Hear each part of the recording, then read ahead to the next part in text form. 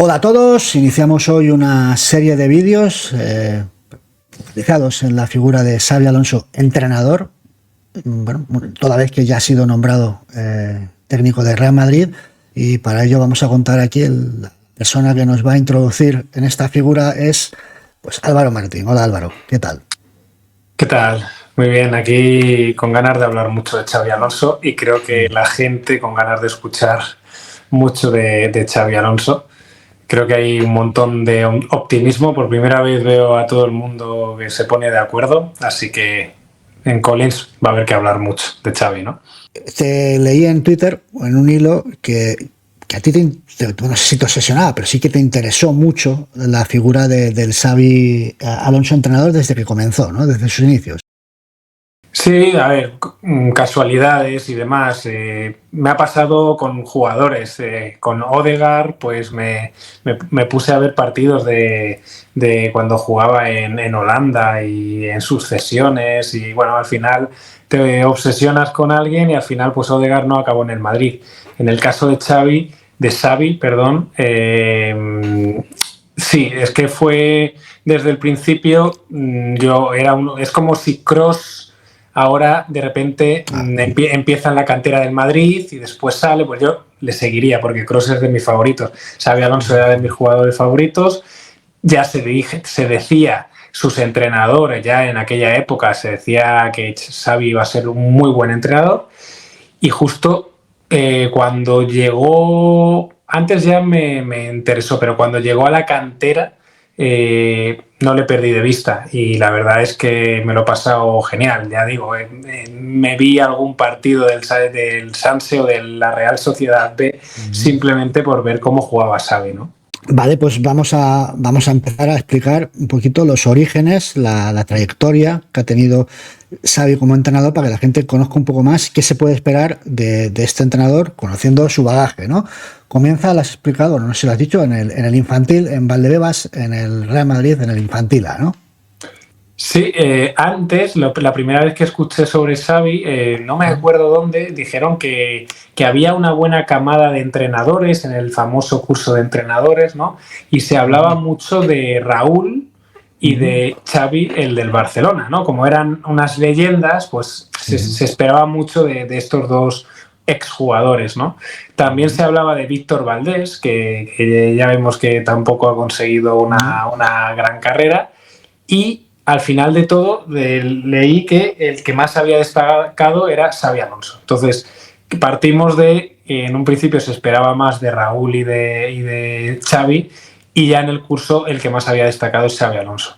Xabi Alonso durante el curso ya entrenaba, porque en infantil sí que puedes entrenar aunque no tengas el curso famoso de entrenadores y todo eso, y entró en el infantil en el 2018-19 y para mí es su primer éxito. Es verdad que cuando entrenas al Real Madrid es normal que seas exitoso. Ha pasado a muchos de los entrenadores que han pasado por ahí, Morientes, Guti, todos estos, que en las categorías inferiores eres exitoso, todo el mundo se ilusiona, pero con Xabi Alonso hubo una diferencia, ¿no? Como que en aquella época ya se hablaba de que era mucho más profesional que la media, que era mucho más entrenador, que era un obseso del entrenamiento, que tenía un muy buen equipo a su alrededor, y eso no lo escuchabas de otros, ¿no?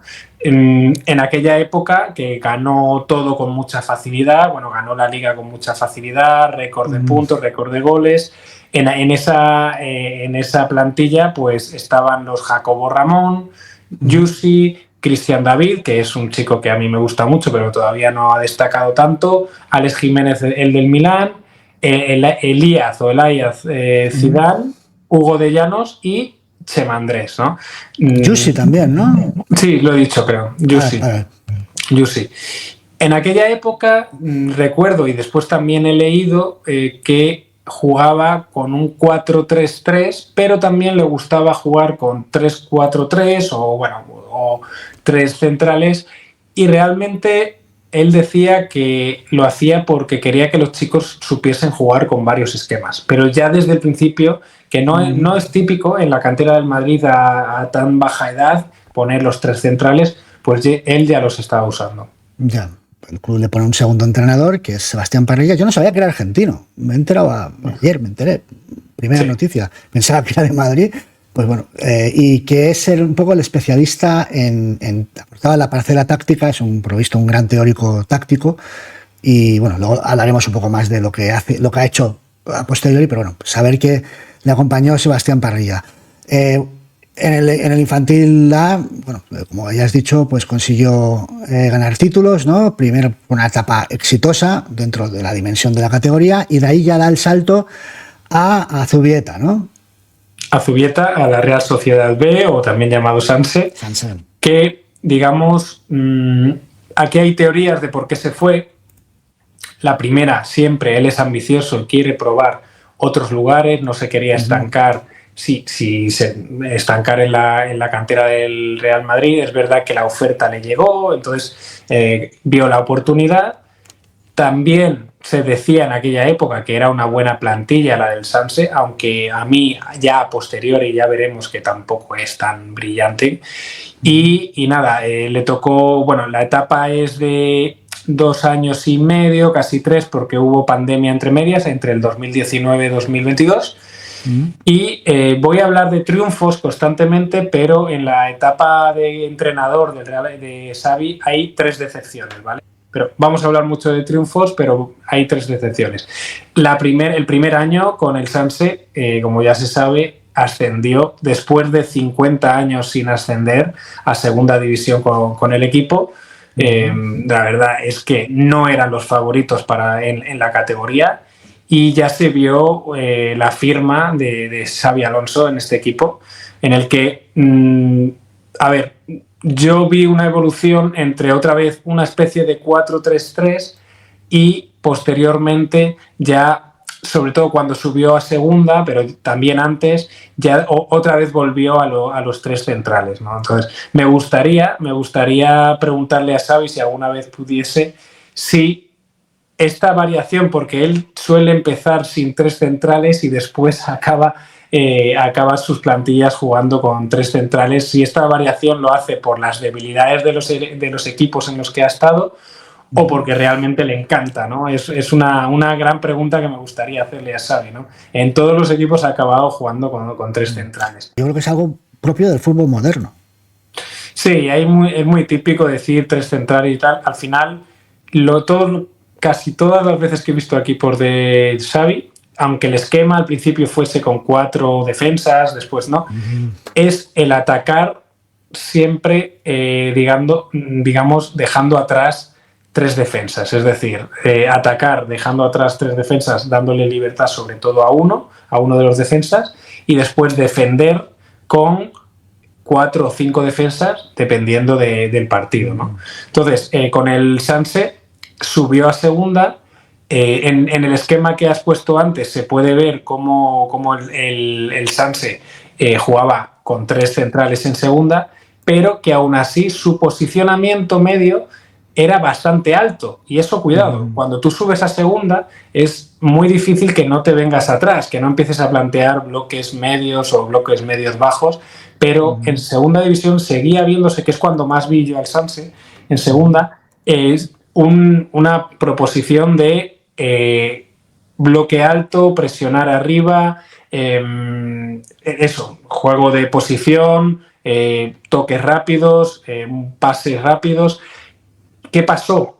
Ese año descendió el Sanse, que digamos esa es su primera decepción, que para mí no lo es, porque mantener a un equipo de un filial en segunda más de un año es muy raro que se consiga. Pero bueno, supongo que es una decepción para él. ¿Qué ocurrió? Que con el juego directo de la segunda división, el Sanse sufría mucho. Digamos que sus centrales no eran top. Y si vemos un poco la lista de aquella plantilla, los jugadores mejores de esa plantilla eran los mediocentros, algún lateral, sobre todo Turrientes es el mediocentro que ahora juega en la Real en primera división, era la estrella, y después hay jugadores como Navarro, Sola o la Sagasti que están en primera división pero tampoco destacan. O sea, solo han sido 4 o 5 quien han conseguido llegar a primera división, y los centrales se sufrían mucho con los centrales, y por eso yo creo que el mayor problema era que no tenía delantero goleador y que tenía unos centrales que sufrían mucho con el juego directo de la segunda división. Y bueno, de ahí ya pasamos a su etapa alemana. Le reclama el Leverkusen en serios problemas cuando llega.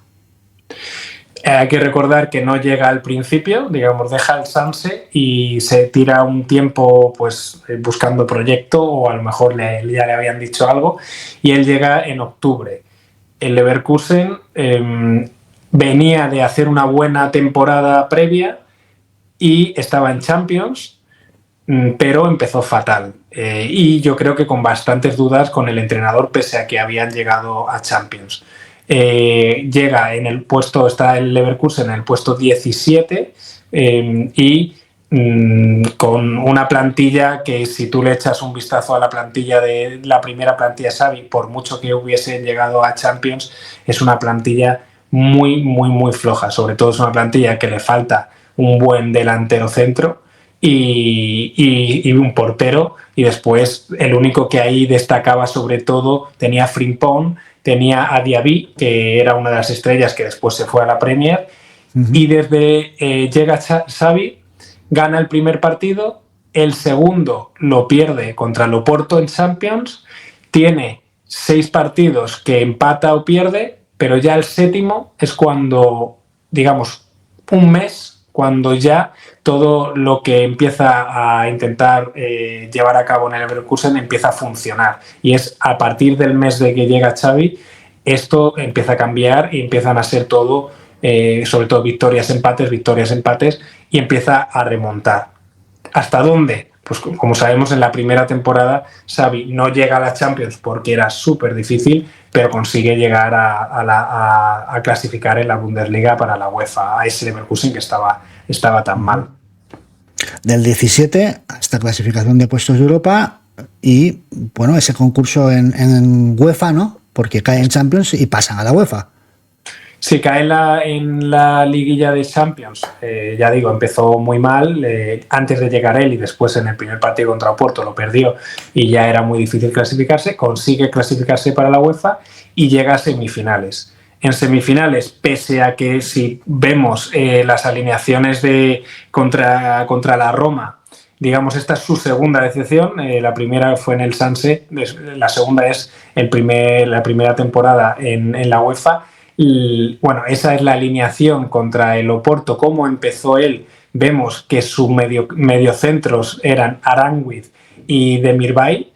Demirbay está ahora en Emiratos, creo recordar, o no, está en Galatasaray. Vemos que es un equipo que era bastante flojo. Y después contra la Roma en semifinales estaban lesionados los delanteros centros, o no estaban en forma los delanteros centros, y se ve un equipo que no tiene gol, que no tiene pegada. Y contra Mourinho, la Roma, en la ida pierde 1-0, y en la vuelta hay un baño, que ese partido lo vi yo, hay un baño del Leverkusen, pero 0-0.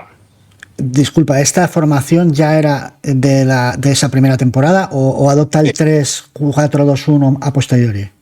Sí, el primer partido de Oporto lo hemos visto, y este es el primer partido que empieza el engranaje bien del equipo de la primera temporada. Cambió a 3 centrales porque el equipo no funcionaba en defensa para nada, y vemos el equipo. Le metió 5-0 al Unión Berlín, que esa temporada estaba haciendo buena temporada, y vemos que ahí, si nos ponemos, solo quedan Andrich, Frimpong y alguno de los centrales. El resto era un equipo en el que no estaba diseñado para Xavi, pero aún así que empezó a funcionar, ¿no? Sí. Bueno, y ya con este sistema, básicamente, luego que ha ido variando a otros, pero básicamente este es su esquema más característico, ¿no? De la primera y la segunda temporada es el esquema con el que brilla.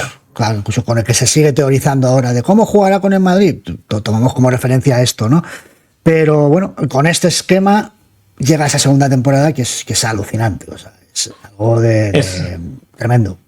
El año de los récords, la segunda temporada en el Leverkusen. ¿Qué decisiones toma Xabi Alonso o qué le conceden? Pues decide fichar a un lateral izquierdo como Grimaldo, a un mediocentro, vamos a llamar jerarca, como Saka, un delantero centro como Bonifaz, recordemos, un delantero centro fuerte, grande, de área, nada, digamos, de habilidoso y pequeñito, para nada. Eligen un mediocentro grande, esto hay que tenerlo en cuenta, que a Xabi Alonso le gustan ese tipo de delanteros. Un mediocentro llegador como Hoffman y un interior derecho media punta como Nathan Tella. Esas son las decisiones y con eso es con lo que después hay una salida dolorosa como la de Diaby, pero bueno, dolorosa no, porque pagaron mucho por él. Y este equipo, junto con lo que tenía, récords. ¿Cuáles son los récords? Bueno, de esto ya se lo sabe todo el mundo un poco de memoria, pero no pierde ningún partido en la primera, en toda la liga, en toda la Bundesliga. Uno en toda la temporada perdieron. Sí. O sea, en todas las competiciones. En la Bundesliga, campeón de Bundesliga sin perder ningún partido. En la UEFA llega hasta la final y pierde su primer partido, que es para mí la tercera decepción de Xavi en la final de la UEFA.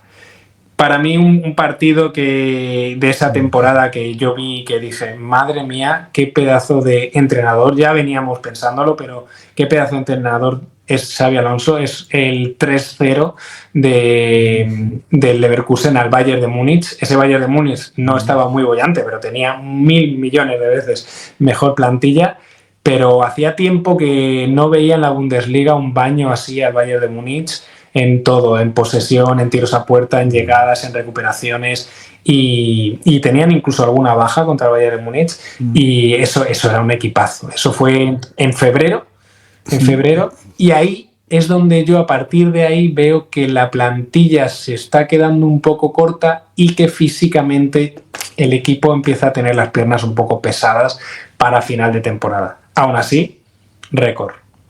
Quiero apuntar otro récord, que es el equipo que batió récord de partidos seguidos ganados. ¿Vale? Eso es muy llamativo en una liga como la alemana, donde hay un campeón tradicional que tiene un dominio tan aplastante, ¿no? Como es el Bayern de Múnich, y fue a Hansi Flick al que le supera Xabi Alonso el récord, creo que era 31 Hansi Flick, y creo que fueron 33 partidos seguidos ganando. Los del el récord europeo del Leverkusen son 51 partidos seguidos sin perder, que creo que son un año, justo fue de mayo a mayo, que lo tenía, no sé si un equipo croata o lo que sea, que era el récord, y esa temporada, esa Bundesliga, consigue 89 goles a favor y 24 en contra, o sea, máximo goleador y menos goleado, solo 6 empates, ninguna derrota y solo 6 empates, y ya llega el tema de la UEFA, ¿no? Que es una de las cosas que se le achacan a Xavi, porque, bueno, no todo el mundo es perfecto y tiene alguna muesca en su culata, por decirlo así, y esta fue una de ellas, ¿no? Bueno, pues ahí cae contra la Atalanta, ¿no? De Gasperini. Eso es. Ya venía en la UEFA con algunos problemas. Una de las también de las características de este Leverkusen es que conseguía remontadas increíbles. O sea, el Leverkusen empezaba mal la primera parte porque ya te digo que físicamente empezó a caer un poco el equipo y empezaba 0-2 y tú sabías que ese equipo iba a remontar, ¿no? Y muchas veces en el último minuto. Pasó en la Bundesliga, en la UEFA también pasó, jugó contra el West Ham, volvió a jugar contra la Roma, no de Mourinho sino de Rossi, y ganó. Y contra el Atalanta lo que se vio es que primero era una buena Atalanta y un gran entrenador que le pilló las cosquillas al equipo. El equipo ya venía físicamente, cada vez se veía que ese equipo ganaba menos duelos porque la plantilla era bastante corta y estaban cansados, y le ganó a base de contragolpes, o sea, y un partidazo de Lookman, ¿no? Bueno, tercera decepción, y esperemos que sea de las últimas decepciones que tenga Xavi. Apuntas que este último año con el Leverkusen cambió un poco, ¿no? La forma de jugar. Sí, en el último año la gente se ha quedado como que mala temporada. Recordemos, es el Leverkusen. Y que ha conseguido en el último año quedar segundo, que no está mal. Está claro que el Bayern iba a hacer algo para no volver a perder una Bundesliga y lo ha hecho. Quedó segundo. Después hizo una buena primera parte de una liguilla de Champions bastante buena, que quedó Leverkusen sexto, ganó al Inter de Milán, que está en la final ahora, ganó al Milán. Es verdad que sufrió mucho contra el Liverpool, que era en el mejor momento del Liverpool, le metió un baño el Liverpool al Leverkusen, otro partido que vi. Y después también otro partido que vi, y no sé qué le pasó a ese equipo, fue contra el Atlético de Madrid, que la primera parte... Lo tenían ganado. La primera parte fue espectacular, que me acuerdo que puse un tuit diciendo qué bien juega el equipo de Xavi. Y no sé, un Atlético de Madrid con 10, yo no sé qué pasó ahí, empezaron a perder el control del partido y demás. ¿Cuándo sufren los equipos de Xavi? Pues cuando se encuentran caos, ¿no? Cuando pierden un poco el control y hay jugadores que no están ganando los duelos, pues ahí es donde pierde un poco el equipo de Xavi. ¿Qué pasó en cuanto a alineaciones? Xavi ha mantenido los tres centrales casi siempre, incluso al final, pero en los partidos más grandes, sobre todo, por ejemplo, en los octavos de final contra el Bayern de Múnich en la Champions, yo creo que hubo un descenso de nivel de los laterales en cuanto a la defensa. Frimpong y Grimaldo este año, aunque han jugado bien, no les he visto en defensa igual de bien que el año pasado, entonces decidió Xavi meter un 4-4-2, incluso un 4-5-1, ida y vuelta contra el Bayern, y no le salió bien, la verdad. Perdió los dos partidos contra el Bayern y bueno, no. También he de decir que esta temporada, los fichajes de la última temporada del Leverkusen no han funcionado. No fue como la primera que tuvo. Esta temporada los fichajes, ninguno de ellos han sumado demasiado al equipo. Bueno, también perdieron a jugadores clave por lesión en momentos determinantes, Bonifaz, el propio Wirtz. Eso se notó. Sí, Bonifaz se notó muchísimo. Claro, si pierdes a tus dos mejores jugadores en el momento más importante de la temporada, pues lógico que se note. Vale, pues hasta aquí llegaría ya. Lo siguiente es su fichaje por el Real Madrid y bueno, cabe esperar, bueno, para llegar a una conclusión, ¿con qué inputs definirías el estilo de juego de toda la génesis, o sea, los puntos en común de Xabi Alonso, su ideario, vamos? Un detalle antes de eso que se me olvidó decir, en el año de los récords ganó la Copa alemana. Claro, es que ganó todo. Sí. Ganó la Copa y casi hace triplete. Se ha visto claramente una evolución de Xavi, por supuesto, pero se ve claro la proposición que quiere, táctica, estratégica y demás. Quiere el balón, quiere el control, quiere la presión alta, porque cada vez él lo tiene muy claro que cuanto más presiones, más errores vas a crear al rival.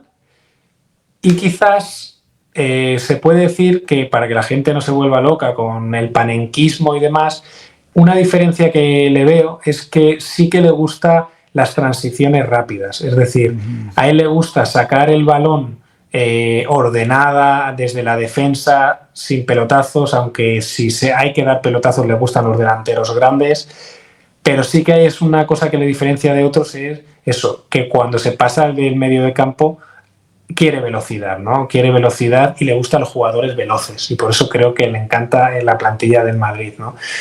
Y lo que he visto un poco cambiando con la madurez, ¿no? Yo creo que en la final de la UEFA aprendió, yo espero que haya aprendido, que cuando el equipo físicamente no esté bien, cuando las piernas de su plantilla no están bien, quizás hay que ser un poco menos ambicioso.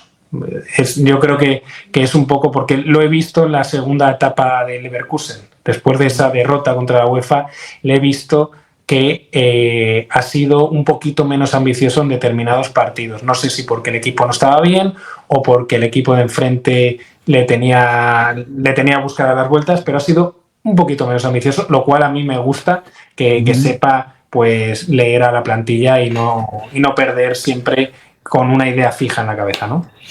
Bueno, pues ya en próximos vídeos iremos detallando más las cuestiones tácticas, los movimientos, cómo suele funcionar su equipo, tanto defensiva como ofensivamente. Muchas gracias, Álvaro, y nada, pues hasta los próximos vídeos.